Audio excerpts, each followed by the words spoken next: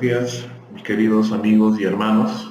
Bienvenidos una vez más a esta serie de enseñanzas por video del Ministerio de Células de Misión 30. La semana pasada estuvimos hablando acerca de la salvación, la doctrina de la salvación, viendo básicamente qué era la salvación, cómo era el estado del hombre sin Dios y también cómo era la condición del hombre ahora, en Cristo, ¿verdad? Y vimos la maravillosa salvación que Dios nos ha regalado. El día de hoy vamos a continuar con este tema de la salvación, un tema muy importante y también sobre el cual hay mucha discrepancia, ¿verdad? Mucha controversia, hay varias posturas teológicas al respecto, pero nosotros no vamos a hablar de ninguna postura teológica, vamos a considerar solamente la palabra de Dios y a partir de allí vamos a tomar nuestras conclusiones.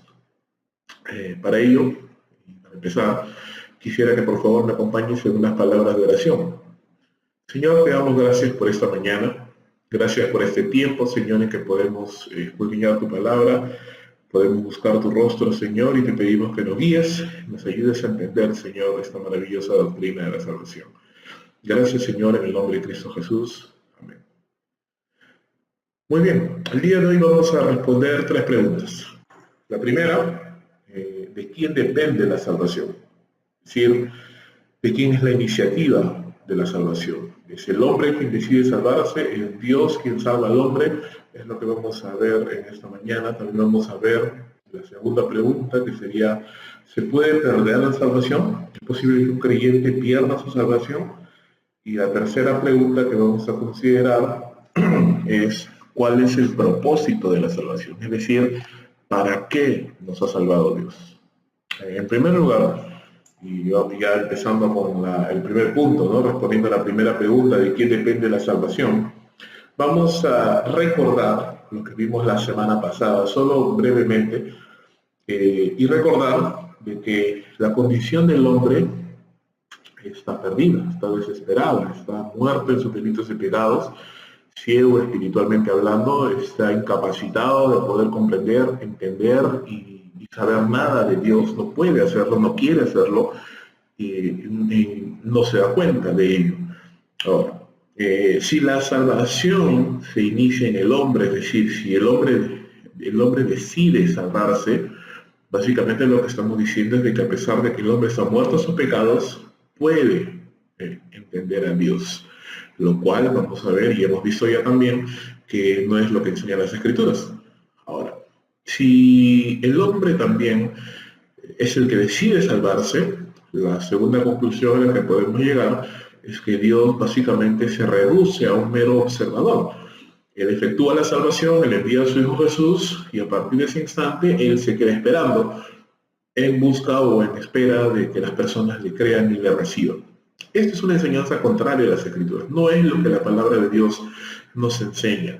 Vamos a ver que todo lo contrario, Dios tiene una parte muy activa en la salvación. Él no solamente ha enviado a su Hijo, sino que Él activamente salva, llama a salvación a las personas, dándoles la capacidad de poder creer y poder reconocerle y entenderle, lo que se llama la regeneración.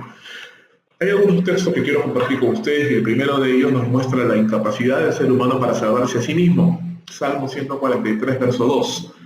Y no entres en juicio con tu siervo, porque no se justificará delante de ti ningún ser humano. Otro texto que también queremos considerar, ya del lado de la participación activa de Dios en la salvación, son las palabras del Señor Jesús a sus discípulos en Juan capítulo 15. Juan capítulo 15, verso 16. El Señor Jesús dice, no me elegisteis vosotros a mí, sino que yo os elegí a vosotros, y os he puesto para que vayáis y llevéis fruto, y vuestro fruto permanezca, para que todo lo que pidierais al Padre en mi nombre, Él os lo dé. Como ven, el Señor Jesús declaró claramente a sus discípulos que no fueron ellos quienes los seleccionaron a Él, sino fue Él quien los seleccionó a ellos. Muchas personas pudieran decir, bueno, pero está hablando Jesús de la elección de sus discípulos, no de la elección a salvación. Para confirmar esto, vamos a ver otro pasaje, primera de Juan, capítulo 4, versos 9 al 10. En esto se mostró el amor de Dios para con nosotros, en que Dios envió a su Hijo unigénito al mundo para que vivamos por Él. En esto consiste el amor, no en que nosotros hayamos amado a Dios, sino que Él nos amó a nosotros y envió a su Hijo en propiciación por nuestros pecados. Versos más adelante vamos a ver que el mismo Juan dice, nosotros le amamos a Él porque Él nos amó primero. Entonces, cuando Jesús habla a sus discípulos, cuando Juan está hablando, está refiriéndose a que Dios nos amó primero, Él nos escogió primero. Y dado que Él nos amó y que Él nos escogió y que Él nos eligió en primer lugar, es que nosotros podemos ser salvos. Esto es lo que en teología se le llama el llamado eficaz o la gracia eficaz, que es la obra de Dios por medio de la cual Dios llama a aquellos que Él ha escogido para salvación, y aquellos a los cuales Dios llama responden al llamado de Dios y son salvos. Otro pasaje que quiero considerar con ustedes, también lo vamos a ver en el Evangelio de Juan, capítulo 6, verso 43. Jesús respondió y les dijo, no murmuréis entre vosotros, ninguno puede venir a mí si el Padre que me envió no le trajere, y yo le resucitaré en el día postrero. Las palabras del Señor Jesús son bastante claras. El Señor dice, nadie, ninguno, ni una sola persona puede venir a los pies de Jesús si el Padre que le envió no le trajere. Dios llama a las personas y las lleva hacia Jesús, regenerándolas para que ellos puedan creer en Jesús y ser salvos. Sigamos, Efesios capítulo 1, verso 3 al 7, dice Pablo, bendito sea el Dios y Padre de nuestro Señor Jesucristo, que nos bendijo con toda bendición espiritual en los lugares celestiales en Cristo, según nos escogió en Él antes de la fundación del mundo, para que fuésemos santos y sin mancha delante de Él, en amor habiéndonos predestinado para ser adoptados hijos suyos por medio de Jesucristo, según el puro afecto de su voluntad, para alabanza de la gloria de su gracia, con la cual nos hizo aceptos en el amado, en quien tenemos redención por su sangre, el perdón de pecados según las riquezas de su gracia. Este es un texto bastante complicado, pero Pablo está diciendo cosas muy puntuales. Pablo está diciendo en primer lugar que Dios nos escogió antes de la fundación del mundo, antes de que el mundo fuese creado, antes de que ningún ser humano existiera. Dios había escogido ya a aquellas personas, había predestinado, usa esa palabra, los había predestinado a estas personas. ¿Para qué? ¿Con qué propósito? Para ser hijos suyos, para hacerlos hijos suyos. ¿Cuál fue su motivación? ¿En qué se basó? Dice, según el puro afecto de su voluntad. Básicamente porque Él quiso. Muchas personas piensan, bueno, Dios escoge a las personas porque sabe que en el futuro ellas le van a aceptar o recibir.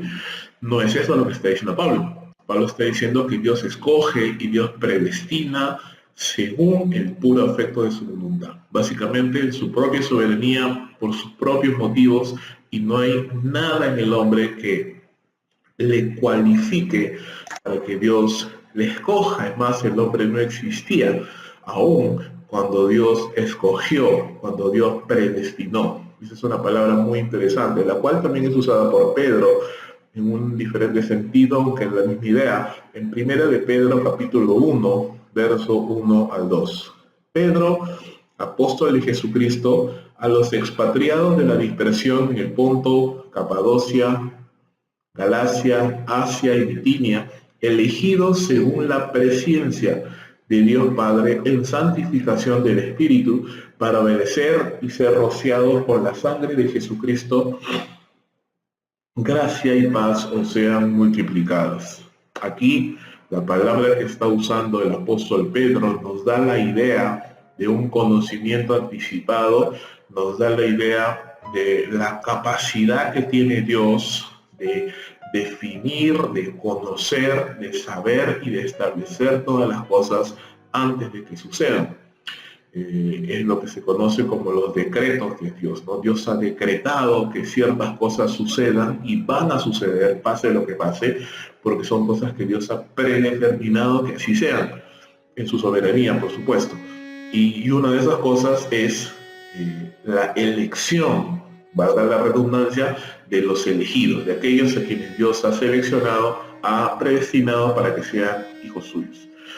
¿Qué quiero decir con esto? Que la enseñanza de las Escrituras nos dice que es Dios mismo quien ha elegido, no es el hombre quien elige salvarse, sino es Dios mismo quien ha elegido desde antes de la fundación del mundo, en la eternidad pasada, a quienes en su misericordia Él había de escoger, de salvar. Para poder realizar la salvación de estas personas, el Señor cargó el pecado y la pena del pecado de todos los hombres sobre la persona de su Hijo Jesús, y lo hizo de iniciativa propia, sin ninguna obra humana de por medio, ¿verdad? Y es Dios entonces quien puede efectuar la salvación de los hombres y hace efectiva esa salvación cuando llama a las personas de todos los tiempos, de todos los siglos y de todas las edades, a quienes Él ya ha escogido desde la eternidad para que sean regenerados y crean en el nombre del Señor Jesús. En ellos Dios muestra su amor, su misericordia y su bondad. La pregunta es, ¿y qué pasa con aquellos que no han sido elegidos? La respuesta bíblica es que Dios les ha pasado por alto, Dios no los ha tomado en cuenta y ellos continúan el camino que ellos ya tenían de manera predeterminada. Recuerda que el hombre nace en pecado, nace pecador, nace condenado al infierno. ¿Cuál es entonces el destino de aquellos que no han sido elegidos por Dios? El destino que nos esperaría a todos si no fuera porque Dios salvó a algunos, la condenación. Es una enseñanza un poco complicada de entender, a algunos les cuesta creer y dicen, ¿cómo es posible que Dios bueno pueda condenar a la gente? Y bueno, en primer punto diríamos que Dios no condena, es el hombre que ya está condenado. Si Dios fuese justo estrictamente hablando, nadie se salvaría porque todos estaríamos condenados. Dios es más que justo, Dios es misericordioso y en su misericordia Él ha salvado multitud de personas de la masa de toda la humanidad pecadora para que esas personas sean salvas. Vamos a ver la enseñanza tal vez más clara acerca de este tema de la elección, la predestinación y la soberanía de Dios en Romanos capítulo 9. Y vamos a ver que Pablo articula su declaración, sus argumentos, o mejor dicho, su declaración en base a 3 argumentos. Al ejemplo de Jacob y Esaú, al ejemplo de Faraón y Moisés, y al ejemplo de una masa de barro y un alfarero. En primer lugar, Romanos capítulo 9, del verso 9 al 14, dice, porque la palabra de la promesa es esta, por ese tiempo vendré y Sara tendrá un hijo. Y no solo esto, sino también cuando Rebeca concibió de uno, esto es de Isaac, nuestro padre, pues aún no habían nacido ni habían hecho aún ni bien ni mal, para que el propósito de Dios conforme a la elección permaneciera no por las obras, sino por el que llama, se le dijo el mayor servirá al menor. Como está escrito, a Jacob amé, mas a Esaú aborrecí. ¿Qué pues diremos?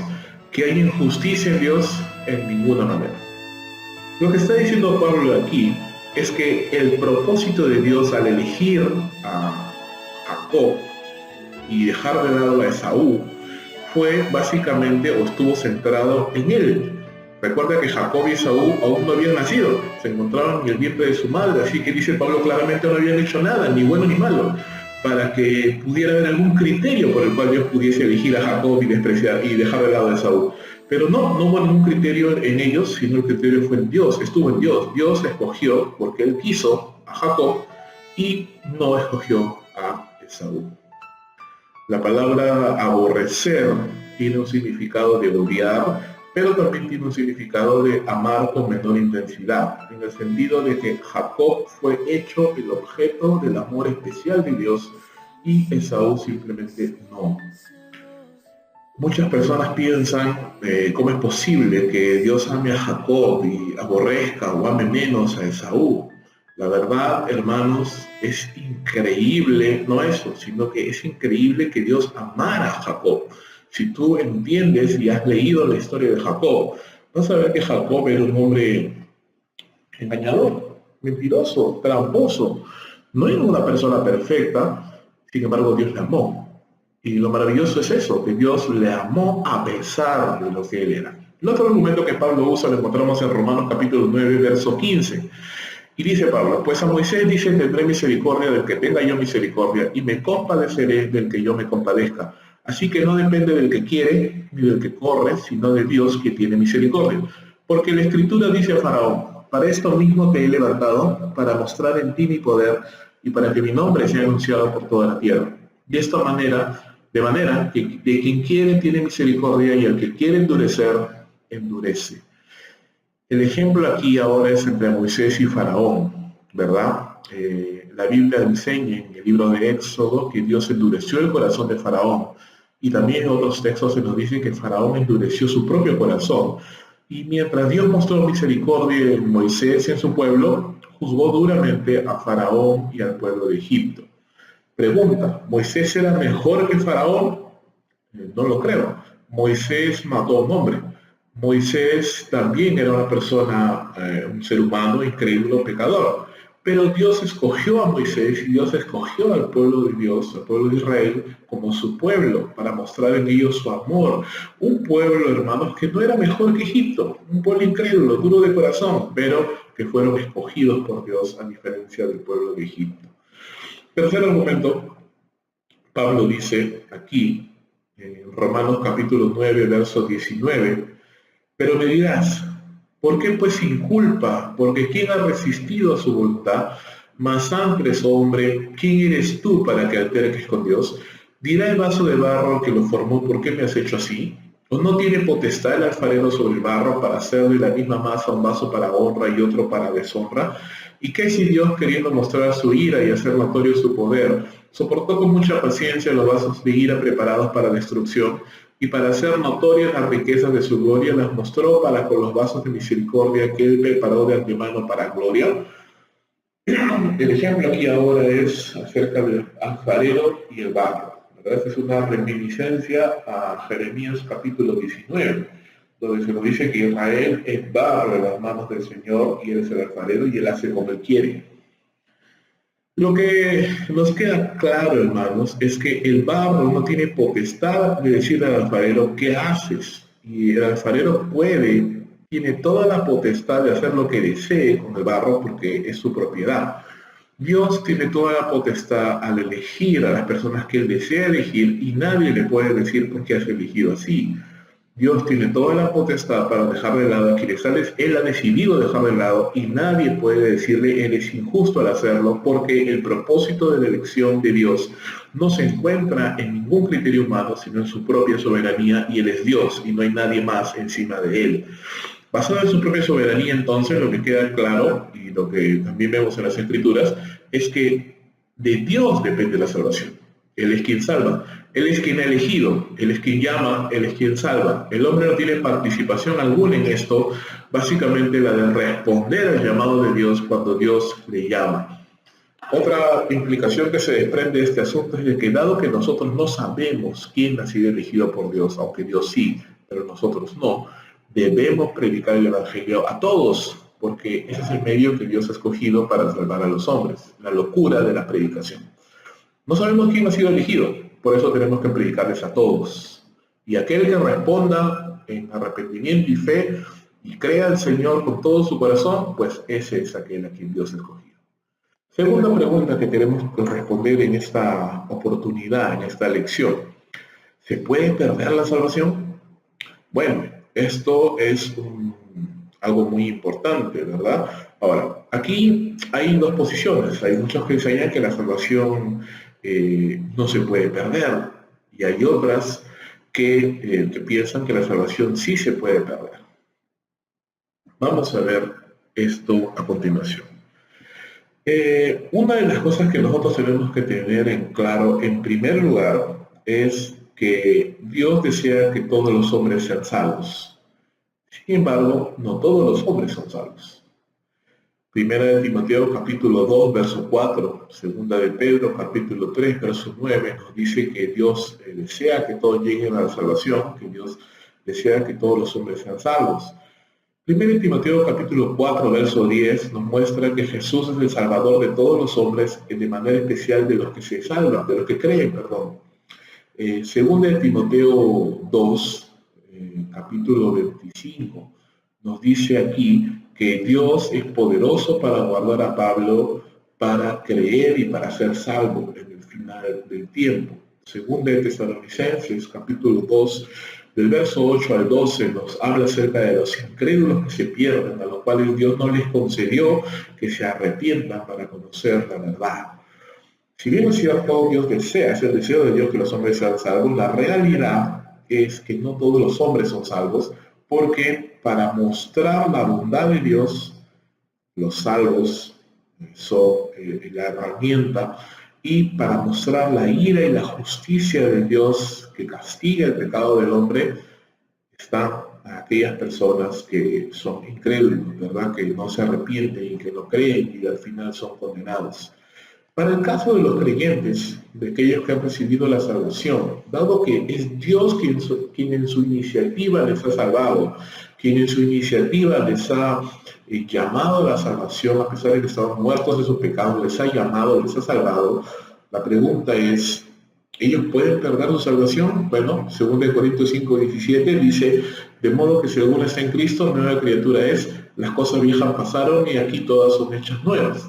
Si un creyente pudiera perder su salvación, tendría que volver, tendría que involucionar nuevamente de ser una nueva criatura a volver a ser una criatura pecadora, lo cual es imposible.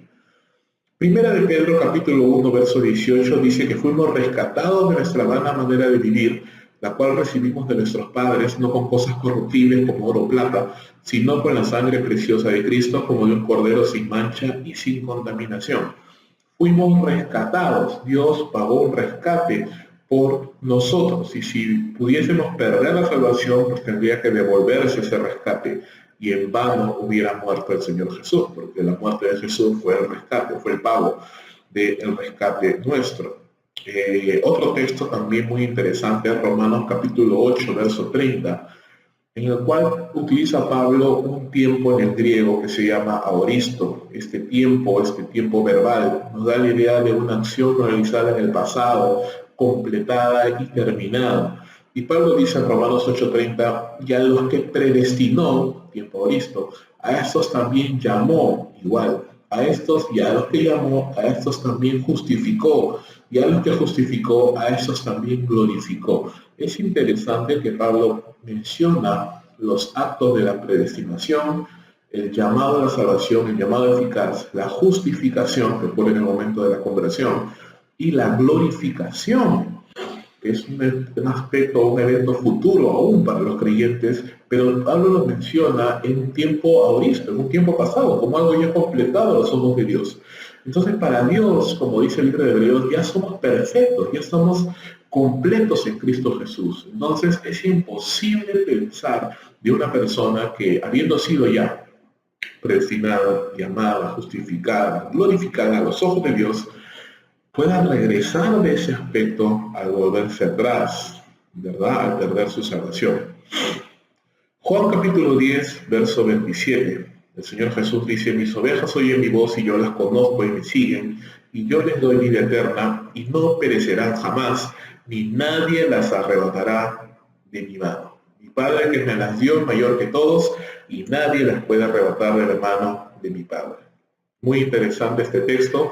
Estamos en las manos de Dios, y de las manos de Dios nadie nos puede arrebatar. Otro texto también, Judas, versos 24 y 25, tiene un solo capítulo, dice así, y aquel que es poderoso para guardaros sin caída y presentaros sin mancha delante de su gloria con gran alegría, al único y sabio Dios nuestro Salvador, sea gloria y majestad, imperio y potencia, ahora y por todos los siglos. Amén. La seguridad de Judas no se encontraba en su propio carácter o en su propia prudencia. Judas estaba confiado en que Dios era poderoso, es poderoso para guardar a los creyentes sin caída y sin mancha hasta el día final, hasta el día en que nos presentemos delante de Él, dice, con gran alegría en su gloria. Y le da la gloria a Dios por ello. Es un tema difícil, yo lo sé, pensar que si es que los hombres se pueden perder o no, porque conocemos tantos hermanos en las iglesias que después de haber estado incluso muchos años, aún pastores, misioneros, se alejan, se van al mundo y se pierden. Y uno muchas veces se pregunta, ¿y qué pasó con tal hermano, tal hermano? Tenemos que entender, hermanos, que no podemos juzgar las verdades bíblicas a la luz de la experiencia, sino tenemos que juzgar las experiencias a la luz de la verdad bíblica. Y lo que podemos entonces entender es que muchas veces aquellas personas no eran verdaderos creyentes. Juan dice que acerca de los que estaban entre nosotros, pero salieron de nosotros porque no eran de nosotros, ¿verdad? Muchas personas que aún ocupan cargos en las iglesias y ministerios y sirven a Dios aparentemente y se van en algún momento determinado, se alejan, se apartan del Señor y vuelven a una vida de pecado sin remordimiento, sin ningún tipo de pena ni culpa. Podemos pensar de esas personas que nunca fueron creyentes, que nunca realmente conocieron al Señor, porque un verdadero creyente tiene temor de Dios, ama a Dios y aún en los momentos más fríos de su vida siempre tiene ese deseo o esa pena por el pecado y el deseo de volver a Dios, porque el Espíritu Santo le redarguye. Pablo termina su segunda carta a Timoteo en el verso 18 del capítulo 4 diciendo, y el Señor me librará de toda obra mala y me preservará para su reino celestial. A Él sea la gloria por los siglos de los siglos. Amén. Como ves, la salvación es iniciativa de Dios. Es Dios quien nos salva, es Dios quien nos preserva en todo el camino de la vida cristiana y es Dios quien nos glorifica y nos lleva ante su presencia. Podemos confiar en Dios, hermanos. Ahora la pregunta y la tercera pregunta que queremos considerar en este tiempo es, dado que de Dios es la iniciativa y porque Dios salva, entonces el hombre salvado por Dios no se puede perder. La pregunta es, ¿para qué Dios nos ha salvado? ¿Cuál es el propósito de nuestra salvación? Vamos a ver, hermanos, que Dios nos ha salvado en primer lugar para ser santos como Él, para ser adoptados hijos suyos, para que Él sea alabado, para la alabanza de la gloria de su gracia, para que Él sea glorificado, para que nadie se jacte en su presencia pensando que fue salvo por sus propios méritos. Somos salvos, hermanos, para que caminemos en buenas obras y somos salvos para ser conformados a la imagen de su Hijo, el Señor Jesús, y para que vivamos en su presencia por los siglos de los siglos. Algunos textos que hablan de esto son, por ejemplo, Efesios capítulo 1, versos 3 y 4. Bendito sea el Dios y Padre de nuestro Señor Jesucristo, que nos bendijo con toda bendición espiritual en los lugares celestiales en Cristo, según nos escogió en Él antes de la fundación del mundo, para que seamos santos o para que fuésemos santos y sin mancha delante de Él. Primer propósito, Dios nos salva para que seamos santos. Segundo, en amor habiéndonos predestinado para ser adoptados hijos suyos por medio de Jesucristo, el verso 5. ¿Cuál es el propósito? El siguiente propósito, para ser adoptados hijos suyos por medio del Señor Jesús. Tercer propósito, seguimos en Efesios capítulo 1, ahora en la segunda parte del verso 5, según el puro afecto de su voluntad, para la alabanza de la gloria de su gracia, con la cual nos hizo aceptos en el amado. Un poquito más adelante, el mismo capítulo 1 de Efesios, pero el verso 11 dice, en él asimismo tuvimos herencia, habiendo sido predestinados conforme al propósito del que hace todas las cosas según el designio de su voluntad, a fin, para que seamos para el alabanza de su gloria nosotros los que primeramente esperábamos en Cristo. Somos salvos para ser santos como el Señor, somos salvos para la alabanza de la gloria de su gracia, somos salvos para ser adoptados hijos de Dios, para ser hechos hijos de Dios. Otro propósito para el cual Dios nos ha salvado, lo encontramos también en el capítulo 2 del libro de Efesios, verso 4. Pero Dios, que es rico en misericordia, por su gran amor con que nos amó, aun estando nosotros muertos en pecados, nos dio vida juntamente con Cristo, por gracia sois salvos, y juntamente con Él nos resucitó, y asimismo nos hizo sentar en los lugares celestiales en Cristo Jesús, con Cristo Jesús, para mostrar en los siglos venideros las abundantes riquezas de su gracia en su bondad para con nosotros en Cristo Jesús. Pablo, cuando hablaba acerca de su testimonio y contaba que Dios le tuvo por fiel poniéndole en el ministerio, dice, para que él sea ejemplo, dice, de la misericordia de Dios, ¿verdad? La salvación de Pablo tuvo el propósito de mostrar la gran misericordia de Dios al salvar a un pecador empedernido, un religioso duro de corazón.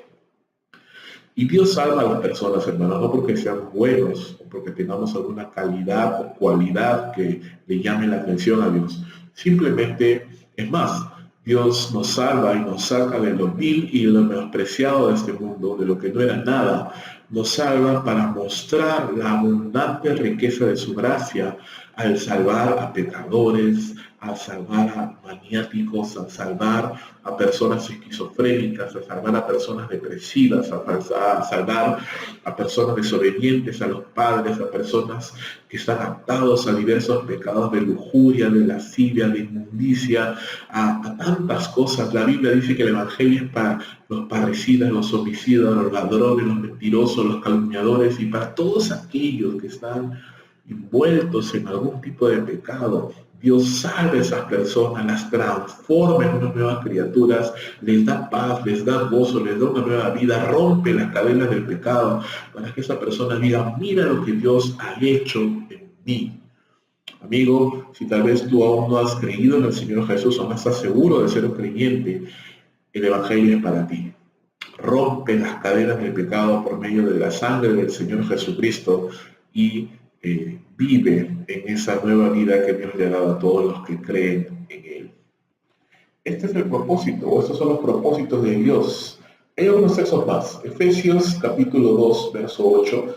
Porque por gracia sois salvos por medio de la fe, y esto no es de vosotros, pues es don de Dios, no por obras, para que nadie se gloríe. Nadie se puede jactar en la presencia de Dios de haber sido salvo por merecimiento propio. Efesios capítulo 2, verso 10. Porque somos hechura suya, creados en Cristo Jesús para buenas obras, las cuales Dios preparó de antemano para que anduviéramos en ellas. ¿Para qué nos salvó Dios también? Para andar en buenas obras, para mostrar el amor de Dios a otras personas, para predicar el Evangelio, para ir a consolar al quebrantado, para ir a alimentar al hambriento, para hacer buenas obras, para que Dios pueda ser glorificado por medio de ellas. Y por último, Romanos capítulo 8, verso 29, porque a los que han desconocido también los predestinó para que fueran hechos conforme a la imagen de su Hijo, para que Él sea el primogénito entre muchos hermanos. Por último, ¿para qué Dios nos salva? Para ser conformados a la imagen de Jesús. Entonces, hay un propósito. Dios nos ha sacado del pecado, del mundo, de las tinieblas, y nos ha trasladado, dice, a su luz admirable, ¿verdad? Para que nosotros seamos un pueblo escogido, una nación santa, un linaje real de personas transformadas por Dios que pueden anunciar la grandeza de Dios, no solamente con sus palabras, sino también con su vida, con sus actos de buenas obras, con su crecimiento, con su madurez, con haber abandonado su pecado, con vivir ahora una vida buena, una vida nueva, una vida con propósito. Son personas ahora transformadas a la imagen y al pensamiento del Señor Jesús, y cuando el mundo puede ver esto, puede ver un grupo de personas realmente transformados, que dejan el pecado, que pueden hacer, o que empiezan a ser, mejor dicho, buenos hijos, buenos padres, buenos esposos, buenos trabajadores, excelentes en lo que hacen, haciendo las cosas correctamente como manda la palabra de Dios, con gozo en el corazón, unidos, juntos, trabajando con alegría, aún en medio de las pruebas, con gozo, con esperanza. Entonces el mundo dice, ¿qué son estos? ¿Qué les pasa? ¿Por qué tienen esa esperanza? Y se cumple lo que dice Pedro cuando nos dice, estemos preparados para presentar razón de nuestra esperanza. Y el creyente podrá decir, lo que ves en mí, lo hizo el Señor Jesús. Y podrás presentar el Evangelio y darle gloria a Dios al hablar de tu propio testimonio, de lo que Cristo hizo por ti. ¿Cristo ha hecho algo por ti? ¿Eres diferente a como eras antes? Cuéntale a otras personas de Jesús. Dile lo que Dios ha hecho por ti. Solamente quiero terminar ya. Nos hemos extendido un poco, pero creo que el tema lo ameritaba. Con un pasaje del libro de Apocalipsis. Apocalipsis capítulo 7, versos 9 al 12. Después de esto miré, y he aquí una gran multitud, la cual nadie podía contar, de todas naciones, tribus, pueblos y lenguas, que estaban delante del trono y en la presencia del Cordero, vestidos de ropas blancas y con palmas en las manos, y clamaban a gran voz diciendo, la salvación pertenece a nuestro Dios que está sentado en el trono y al Cordero. Y todos los ángeles estaban en pie alrededor del trono, y de los ancianos y de los 4 seres vivientes, se postraron sobre sus rostros delante del trono y adoraron a Dios diciendo, amén. La bendición y la gloria y la sabiduría y la acción de gracias y la honra y el poder y la fortaleza sean a nuestro Dios por los siglos de los siglos. Amén. Qué maravilloso la escena al final de los tiempos, donde personas de toda nacionalidad nos presentaremos delante del Señor para adorarle, diciéndole, Señor, a ti es la gloria porque tú nos salvaste, porque tú nos compraste con la sangre del Señor Jesús. La salvación es de Jehová. Bendito sea el nombre de Dios. Hermanos, la salvación está diseñada por Dios para que Él sea glorificado. Dios salva al hombre, Dios santifica al hombre, Dios guarda al hombre, Dios lleva al hombre a su presencia. Y en todo y por todo Dios es glorificado, ¿verdad? La salvación es del Señor, no le pertenece al hombre. Por eso debemos predicar, porque nosotros sembramos, nosotros plantamos, pero es Dios quien da la salvación, es Dios quien salva al hombre. Por eso te invito, amigos, si estás viendo este video, cree en el Señor Jesús. Él vino a este mundo a morir por nuestros pecados, derramó su sangre preciosa en el cruz del Calvario, pagó la pena del pecado por ti y por mí, para que vivamos una vida nueva, santa, justa, sin mancha, con gozo, con paz, esperando la redención de nuestros cuerpos y la vida eterna en la presencia de Dios por los siglos de los siglos. ¿Quieres creer en el Señor Jesús? Arrepiéntete de tus pecados. Clama a Dios en esta hora y dile, Señor, perdóname de mis pecados, reconozco que soy un pecador y te pido que me salves. Te confieso con mi boca como Señor y Salvador y te pido que me des paz y la vida eterna. En el nombre del Señor Jesús. Si has hecho esta oración, los hermanos ahí en la célula te van a orientar, te van a ayudar para que puedas empezar los primeros pasos de la vida cristiana. Y a todos mis amigos y hermanos, muchas gracias. Vivamos agradecidos a Dios por su salvación, gozosos porque Él nos salvó, agradecidos con Dios y listos para presentar razón de nuestra esperanza a todo aquel que nos pida razón de ella. Que Dios te bendiga. Muchas gracias.